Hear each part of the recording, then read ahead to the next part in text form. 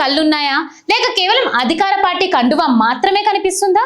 ఇవి నా మాటలు కాదు, మన మాజీ మంత్రి హరీష్ రావు గారి మాటలు. ఈ రోజు మేము అడుగుతున్న ప్రశ్న వింటే పాలకుల గుండెల్లో రైలు పరిగెత్తడం ఖాయం. అసలు మనం ప్రజాస్వామ్యంలో ఉన్నామా లేక పోలీస్ స్టేట్ లో బతుకుతున్నామా? ఎందుకంటే ఈ రాష్ట్రంలో ఎఫ్ఐఆర్ నమోదు కావాలన్నా, ఒకరిని అరెస్ట్ జరగాలన్నా ఐపీసీ సెక్షన్ అవసరం లేదు. నువ్వు ఏ పార్టీలో ఉన్నావు, ఏ ఎజెండా పట్టుకున్నావు అనేది డిసైడ్ చేస్తే చాలు. నారాయణఖేడ్లో జరిగిన బీఆర్ఎస్ బూత్ లెవెల్ ఎజెండా సమావేశంలో మాజీ మంత్రి హరీష్ రావు గారు నేరుగా పోలీస్ డిపార్ట్మెంట్ గుండెల్లోకి దింపిన కాకి బుక్ అస్త్రం ఇప్పుడు మొత్తం తెలంగాణ పొలిటికల్ సర్కిల్స్ లో షేక్ చేసేస్తుంది. అసలు ఏంటి కాకి బుక్ వివాదం? హరీష్ రావు గారు బహిరంగ సభలో నిలబడి వేల మంది సాక్షిగా పోలీస్ యంత్రాంగాన్ని ఉద్దేశించి చేసిన ఆ సంచలన వాక్యాలేంటో ఇప్పుడు ఈ వీడియోలో క్లియర్ గా మాట్లాడుకుందాం. వాక్యాల వెనుక ఉన్న నిజాలు, వాళ్ళు అడగాలనుకున్న ప్రశ్నలు, మాకు రేజ్ అయిన ప్రశ్నలన్నీ ఈ వీడియోలో మనం అడగబోతున్నాం. ఆయన నేరుగా ప్రశ్నించారు, గతంలో డీజీపీ శివధర్ రెడ్డి గారు నేరాలను, నేరస్తుల వివరాలను రికార్డ్ చేయడానికి ఒక కాకి బుక్ ని మెయింటైన్ చేస్తున్నామని చెప్పారు. కానీ ఈ రోజు ఆ కాకి బుక్ ఎటుపోయింది అని అడిగారు. ఆ కాకి బుక్ లో కేవలం ప్రతిపక్షాల పేర్లు మాత్రమే రాశారా? అధికార పార్టీ లీడర్లు చేసే అక్రమాలు, ల్యాండ్ మాఫియాల బెదిరింపులు ఆ బుక్ లో కనిపించవని నిలదీశారు కూడా. కాకి బుక్ అంటే అది నేరాలను అదుపు చేసే చట్ట పుస్తకమా లేక కేవలం ప్రతిపక్షాల వేటు కోసం అధికార పార్టీ తయారు చేసిన బుక్ లిస్ట్ అని చెప్పి ఆయన ప్రశ్నించారు. తెలంగాణ పోలీస్ యంత్రాంగం కంప్లీట్ గా డబుల్ స్టాండర్డ్ లో నడుస్తుందని హరీష్ రావు గారు ఆధారాలతో సహా బట్టబయలు చేశారు.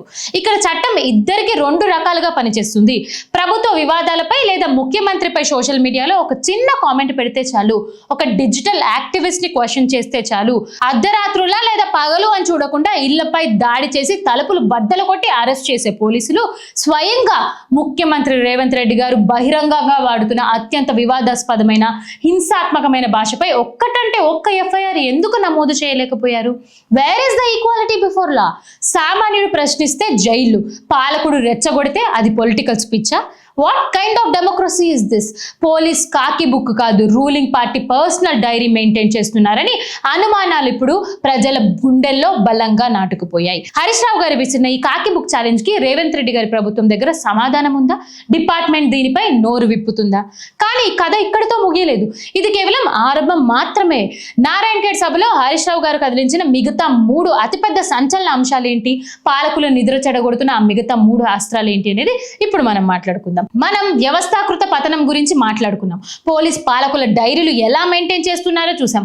కానీ ఇప్పుడు నారాయణఖేడ్ వేదికగా మాజీ మంత్రి హరీష్ రావు గారు విసిరిన అత్యంత సంచలనాత్మకమైన రాజకీయ వర్గాలను ఆశ్చర్యపరిచే ఒక వివాదాస్పదమైన పోలికను మనం ఇప్పుడు విశ్లేషించబోతున్నాం.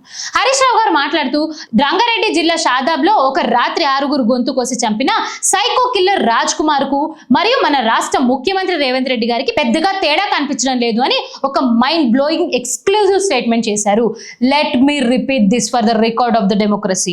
ఒక బాధ్యతావంతమైన మాజీ మంత్రిగా నిలుచొని ముఖ్యమంత్రి మైండ్ సెట్ ను 6 అతి క్రూరంగా నరికి చంపిన ఒక సీరియల్ కిల్లర్ మానసిక స్థితిని పోల్చారు. ఒక న్యూస్ ఛానల్ గా మా వేదికగా మేము అడుగుతున్నాము, అసలు ఈ రకమైన తీవ్రమైన పోలిక వెనుక ఉన్న అసలు కారణం ఏమిటి?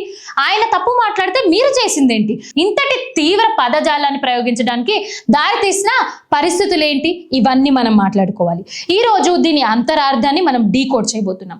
అసలు హరీష్ రావు గారు ఏమన్నారు? ఆ లైన్ ఒక్కసారి క్షుణ్ణంగా పరిశీలించండి. ఆయన ఏమన్నారు అనంటే, ఆ షాదాబ్ కిల్లర్ ఎంతటి క్రూరమైన సైకో మైండ్ సెట్ తో ఒక్క రాత్రి 6 నరికి చంపేశాడో మన ముఖ్యమంత్రి రేవంత్ రెడ్డి గారు కూడా విపక్ష నేతలను ఉద్దేశించి అంతే క్రూరంగా మాట్లాడుతున్నారు. విపక్ష నేతల్ని కోసి వాళ్ళ రక్తాన్ని పొలాల్లో చల్లితే పంటలు బాగా పండుతాయని, వాళ్ళకి బెల్ట్ ట్రీట్మెంట్ ఇస్తామని ఒక ముఖ్యమంత్రి స్థానంలో ఉండి అత్యంత హింసాత్మకరమైన బాడీ లాంగ్వేజ్ తో, క్రిమినల్స్ వాడే భాషతో మాట్లాడుతున్నారని, అందుకే ఇద్దరి మైండ్ సెట్ ఒకటే అని ఆయన నేరుగా ఆరోపించారు. ఇక్కడ నేను అడుగుతుంది ఏంటో తెలుసా? ఆయన అలా ఆరోపిస్తే మీరెలా క్రిమినల్ మైండ్ సెట్ తో ఒక ముఖ్యమంత్రిని పోల్చారండి? ఆయన చేసింది తప్పైతే మీరు చేసింది ఏంటి? ఆయన చేస్తున్నారని మీరు చేస్తున్నారు. ప్రజలు ఎవరిని కరెక్ట్ అని భావించాలి? ఆయన తప్పు చేశారు, మీరు తప్పు చేశారు. ఇప్పుడు ఇద్దరిలో ఎవరు కరెక్ట్? ఇద్దరిపై ఎవరు ఎఫ్ఐఆర్ కేసులు నమోదు చేస్తున్నారు? Look at the weight of those words. ఒక ప్రజాస్వామ్య వ్యవస్థలో ముఖ్యమంత్రి పదవి అంటే కేవలం ఒక వ్యక్తి కాదు కదా, అది ఒక సర్వోన్నత ఇన్స్టిట్యూషన్ లాంటిది. మరి ఆ కుర్చీలో కూర్చున్న వ్యక్తి నోటి నుంచి కోస్తాము, నరుకుతాము, రక్తాన్ని పొలాల్లో చంపుతాము అనే మాటలు వస్తే దాన్ని పొలిటికల్ రీటేక్ అని ఎలా సమర్థించుకుంటారు, ఎలా మాట్లాడతారు?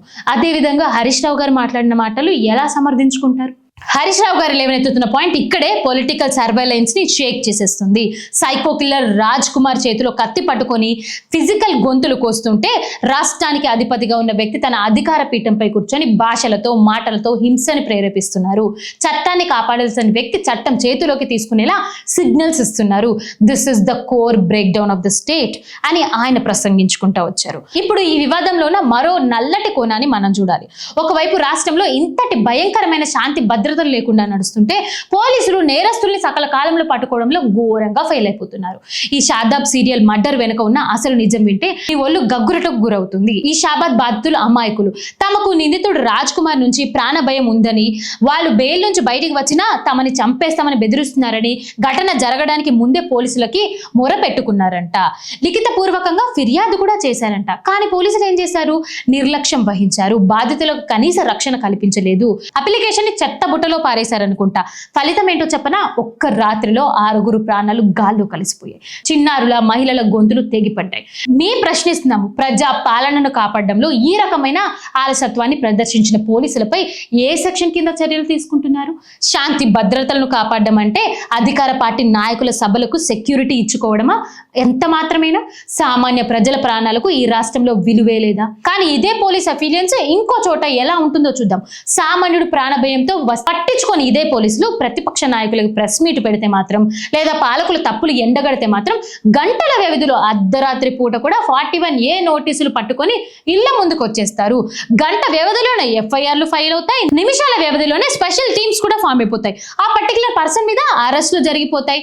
ఆ డబుల్ స్టాండర్డ్స్ చూసాక కూడా తెలంగాణ పోలీసులు నిష్పక్షపాతంగా పనిచేస్తున్నారని సామాన్య ప్రజలు ఎలా నమ్మాలి? ఇప్పుడు మేము అడుగుతుంది hard core question. Police department constitution of India కింద నడుస్తుందా, లేకపోతే గాంధీ భవన్ చుట్టూ, లేకపోతే పాలకుల చుట్టూ నడుస్తుందా? ఈ ప్రశ్నకు సమాధానాలు చెప్పాల్సిన కనీస బాధ్యత డీజీపీ ఆఫీస్ పై ఉంది. చట్టం తన పని తాను చేసుకుపోతుంది అని చెప్పే రోజులు పోయాయి. ఇప్పుడు చట్టం పాలకుల సిస్టమ్ ప్రకారం నడుస్తుందన్న నగ్న సత్యం అందరికీ తెలిసిందే. ముఖ్యమంత్రి భాషను ఒక సైకో కిల్లర్ మైండ్ సెట్ తో పోల్చడం ద్వారా హరీష్ రావు గారు ఈ ప్రభుత్వ నైతికత్వంపై ఒక పెద్ద ప్రశ్నార్థకనాన్ని ఉంచారు. మరి దానికి సమాధానం చెప్పేది ఎవరో వేచి చూడాల్సిందే. ఇక్కడ మేము అడుగుతుంది ఏంటంటే, ఆ శాంతి భద్రతల వైఫల్యానికి, ఆ డబుల్ స్టాండర్డ్స్ పొలిటికల్ బాధ్యతకి వహిస్తున్న హోంశాఖను తన వద్దే ఉంచుకున్న ముఖ్యమంత్రి సమాధానం చెబుతారా, లేకపోతే ఇంకెవరైనా బయటకు వచ్చి దాని గురించి సమాధానం మాట్లాడతారా? కానీ విశ్లేషణ ఇక్కడితో ఆగిపోలేదు. నారాయణఖేడ్ సభలో హరీష్ రావు గారు సంధించిన 3వ అస్త్రం ఈ ప్రభుత్వానికి ఆర్థిక మోసాలు మరియు రైతుల రుణమాఫీలపై మాట్లాడిన సంగతులు ఏవీ కనిపించవు. కేవలం ఒక్కదానిపైన వారి కాన్సన్ట్రేషన్ ఉండిద్ది. ఈ డీటెయిల్ అనాలిసిస్ ఏంటి అనేది మనం ఇప్పుడు చర్చించబోతున్నాం. మనం పాలకుల్ని ధైర్యులుగా మార్చిన కాకి పుస్తకాన్ని చూసాం. ఒక ముఖ్యమంత్రి హింసాత్మక భాషను సైకో కిల్లర్ మైండ్ సెట్ తో పోల్చిన హరీష్ రావు గారి సంచలన పొలిటికల్ విశ్లేషణ గురించి కూడా మాట్లాడుకున్నాం. కానీ ఇప్పుడు నారాయణఖేడ్ వేదికగా హరీష్ రావు గారు బట్టబయలు చేసిన 3వ అత్యంత భయంకరమైన, అసహ్యకరమైన కోణాలని మనం ఇప్పుడు చూడబోతున్నాం.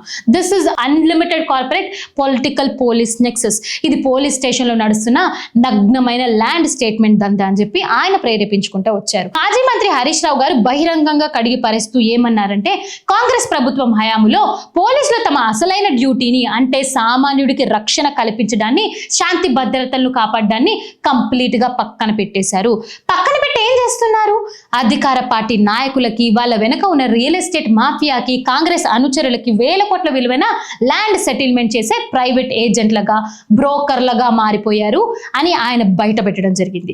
కాకి చొక్కా వేసుకున్నది రౌడీల నుంచి భూముల్ని కాపాడడానికా, లేక రూలింగ్ పార్టీ నేతల కోసం భూమిని లాక్కోవడానికా? ఈ రోజు మా వేదికగా ఈ వ్యవస్థాకృత కుళ్ళను బట్టబయలు చేయబోతున్నాం. అసలు ఎక్కడ జరుగుతుంది ఇదంతా? దీని వెనక ఉన్న కోర్ కాంపిటీషన్ నెట్వర్క్ ఏంటి? బీఆర్ఎస్ ఆరోపిస్తున్న దాని ప్రకారం హైదరాబాద్ చుట్టుపక్కల ఉన్న 3 ప్రధాన జిల్లాలు రంగారెడ్డి, సంగారెడ్డి మరియు మేడ్చల్ వేల కోట్ల మార్కెట్ వాల్యూ ఉన్న ప్రైమ్ ల్యాండ్స్ ఎక్కడైతే ఉన్నాయో అక్కడ లోకల్ పోలీసులు నేరుగా తలదూరుస్తున్నారు. న్యాయంగా కోర్టులో తేల్చాల్సిన సివిల్ డిస్ప్యూట్స్ ని, ల్యాండ్ టైటిల్ గొడవల్ని క్లియర్ గా రాత్రికి రాత్రే క్రిమినల్ కేసులుగా మార్చేస్తున్నారు. భూ యాజమాన్యాలపై అక్రమంగా నాన్ బెయిలబుల్ సెక్షన్ కింద కేసులు పెట్టి అర్ధరాత్రులు పోలీస్ స్టేషన్లకు లాక్కొచ్చి బెదిరింపులు, బలవంతంగా అధికార పార్టీ నేతలకు అనుకూలంగా సిగ్నేచర్లు పెట్టించుకుంటున్నారని చెప్పి ఆయన ఆరోపించారు. Look at the methodology of intimidation. ఒక సామాన్య భూ యాజమాన్య దశాబ్దాలుగా దాచుకుంటున్న భూమిపై రూలింగ్ పార్టీ కన్ను పడితే చాలు, మరుసటి రోజు ఉదయానికల్లా వాళ్ళ ఇంటి ముందు పోలీస్ జీబు సాగుతుంది. బెదిరింపులు, థర్డ్ డిగ్రీ డిగ్రీలు, సెటిల్మెంట్లు, కోర్టులు, న్యాయ వ్యవస్థపై జీవోలు పాస్ చేసి పోలీస్ స్టేషన్ కు రియల్ ఎస్టేట్ పంచాయతీ ఆఫీసులుగా మార్చేసిన ఘనత ఈ ప్రభుత్వానికి దక్కింది అని ఆయన ప్రేరేపించారు. ఇప్పుడు ఈ వ్యవస్థలో ఉన్న అత్యంత క్రూరమైన వైరుధ్యాన్ని మనం గమనించాలి. ఒకవైపు సామాన్య ప్రజలు తమ ఇళ్లలో దొంగతనాలు జరుగుతున్నాయని, తమ ఆడబిడ్డలపై రోడ్డు మీద వేధింపులు జరుగుతున్నాయని, ప్రాణ భయం ఉందని కన్నీళ్లతో పోలీస్ స్టేషన్ మెట్లెక్కితే అక్కడ ఎస్ఐలు ఉండరు, సిఐలు అందుబాటులో ఉండరు, కనీసం ఎఫ్ఐఆర్ రాసుకోవడానికి రైటర్ కూడా దొరకరు. కానీ అదే స్టేషన్ పరిధిలో ఏదైనా 100 కోట్ల విలువైన ల్యాండ్ సెటిల్మెంట్ మ్యాటర్ వస్తే, లేదా అధికార పార్టీ లీడర్ నుంచి ఫోన్ కాల్ వస్తే చాలు, ఎస్ఐలు కాదు, సిఐలు కాదు, ఏకంగా ఉన్నతాధికారులు సైతం అర్ధరాత్రి 1 గంటకు కూడా ఖర్చీఫులు వేసుకొని పంచాయతీలు నడుపుతూ ఉంటారు. అంటే సామాన్య ప్రజలకు ఒక రకంగా, ఉన్న నేతలకు ఒక రకంగా, కాంగ్రెస్ పార్టీకి ఒక రకంగా నడుస్తున్న మన పోలీస్ యాజమాన్యం. దీన్నే అంటారు సిస్టమాటిక్ ర్యాట్ అని. వ్యవస్థాకృత కుళ్ళు, చట్టాన్ని కాపాడాల్సిన రక్షక భటుల నిలయాలు రియల్ ఎస్టేట్ అడ్డాలుగా మారిపోయిన క్షేత్ర స్థాయిలో నేరస్తులకు భయం ఎందుకు ఉంటుంది అని చెప్పి ప్రతి ఒక్కరి ప్రశ్న ఇది. అందుకే శాంతి భద్రతలు కంట్రోల్ తప్పిపోయింది. దీనికి బెస్ట్ ఎగ్జాంపుల్ గా మనం ఇందాక మాట్లాడుకున్న షాబాద్ సైకో కిల్లర్ కేసే. ఆ నిందితుడిపై గతంలో ఉన్న పోక్సో కేసులో కూడా పోలీసులు కావాలని లూప్ హోల్స్ వదిలేశారు. చార్జ్ షీట్ సక్రమంగా వేయలేదు. అందుకే ఆయనకి అంత ఈజీగా బెయిల్ వచ్చింది. బయటపడ్డాడు, వచ్చి 6 నరికేశాడు. అంటే క్రిమినల్స్ కి బెయిల్ వచ్చేలా లూప్ హోల్స్ వదిలేసిన పోలీసులు పొలిటికల్ ఆర్డర్స్ ఫాలో అవడంలో, ప్రతిపక్షాలు వేధించడంలో మాత్రం అత్యంత యాక్టివ్ గా బుల్లెట్ వేగంతో పనిచేస్తున్నారు. అసలు ఆ లూప్ హోల్స్ ఎందుకు వదిలేయాలి? ఒక పోక్సో కేసు పర్సన్ కి బెయిల్ ఇచ్చింది అంత ఈజీగా ఎలా వదిలేయాలి? ఇది కేవలం శాంతి భద్రతల సమస్య మాత్రమే కాదు, ఇది తెలంగాణ ఆర్థిక పునాదుల్ని కదిలించే అతి పెద్ద ప్రమాదం. This is completely lawless in the name of the governments. ఈ రకమైన లాలెస్నెస్ మాఫియా వల్ల, ఈ రకమైన దందాల వల్ల ఈ రోజు హైదరాబాద్ కు తెలంగాణ పెట్టుబడిదారులు పెట్టడానికి వచ్చే జాతీయ, అంతర్జాతీయ రియల్ ఎస్టేట్ బిల్డర్లు, కార్పొరేట్ కంపెనీలు కంప్లీట్ గా భయపడే పరిస్థితికి వచ్చింది. ఏ బిల్డర్ని అడిగినా లోపల భయం. కోట్లు పెట్టి ల్యాండ్ కొంటే ఏ కాంగ్రెస్ లీడర్ కనుపడుతుందో, ఏ పోలీస్ అధికారి వచ్చి ప్రాజెక్టులు ఆపేసి జైల్లో పెడతారు అని కార్పొరేట్ సంస్థలు వణికిపోతున్నాయని చెప్పి హరీష్ రావు గారు అన్నారు. బ్రాండ్ హైదరాబాద్ ఇమేజ్ ను అంతర్జాతీయ స్థాయిలో నిలబెట్టింది. ఇక్కడ సేఫ్ మరియు సెక్యూరిటీ అస్సలు ఎవరికీ లేదు. కానీ ఈ రోజు పెట్టుబడిదారులు రక్షణ కోసం పక్కన పెట్టి కేవలం కమిషన్ల కోసం, ల్యాండ్ సెటిల్మెంట్ల కోసం పోలీసులు దిగజారిపోతుంటే రేపు తెలంగాణకు పెట్టుబడిదారులు ఎలా వస్తాయి? నిరుద్యోగులకు ఉద్యోగాలు ఎలా వస్తాయి? పోలీస్ స్టేషన్లు ల్యాండ్ సెటిల్మెంట్ల అడ్డాలుగా మారిపోతే రాష్ట్రంలో లాయల్నెస్ వైపు నెట్టేస్తున్న ఈ వివాదాలపై ముఖ్యమంత్రి గారు, హోంశాఖ మంత్రి సమాధానం చెప్పి తీరాల్సిందే. యూనిఫామ్ వేసుకున్న ప్రతి అధికారి గుర్తుంచుకోవాల్సింది ఒక్కటే, ప్రభుత్వాలు వస్తాయి పోతాయి, కానీ చట్టం మాత్రం శాశ్వతం. కానీ నారాయణ ఖేడ్ వేదికగా హరీష్ రావు గారు సాధించిన అస్త్రాలు ఇక్కడికి ఆగిపోలేదు.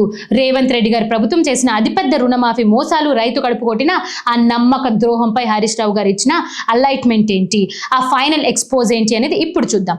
ఇక దాగుడు మూతలు లేవు, ఇక డిప్లొమాటిక్ సంభాషణలు లేవు. ప్రజా పక్షాన నిలబడి మేము నేరుగా తెలంగాణ పోలీస్ డిపార్ట్మెంట్ కు మరియు రేవంత్ రెడ్డి గారి ప్రభుత్వానికి ఒక్కటే స్ట్రైట్ పవర్ఫుల్ అలైన్మెంట్ ఇస్తున్నాము.